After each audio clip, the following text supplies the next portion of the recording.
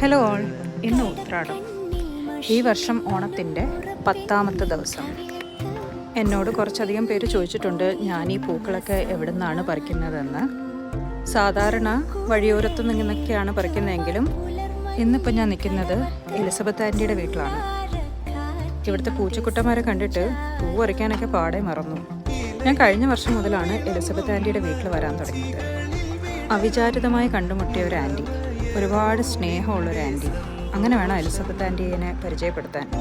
ഈ വർഷം ഉത്രാടത്തിനാണ് ഞാൻ പൂക്കൾ പറിക്കാൻ ആൻറ്റിയുടെ വീട്ടിൽ ചെന്നപ്പോഴത്തേക്ക് ആൻറ്റി എന്നോട് ചോദിച്ചു, എന്ത് പറ്റി, കണ്ടില്ലല്ലോ എന്ന് വിചാരിച്ചിരിക്കുകയാണ്.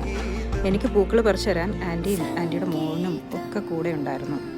അടുക്കുമ്പോഴേ നമുക്ക് മനുഷ്യന്മാരുടെ ഉള്ളിലെ സ്നേഹം അറിയാൻ പറ്റുള്ളൂ.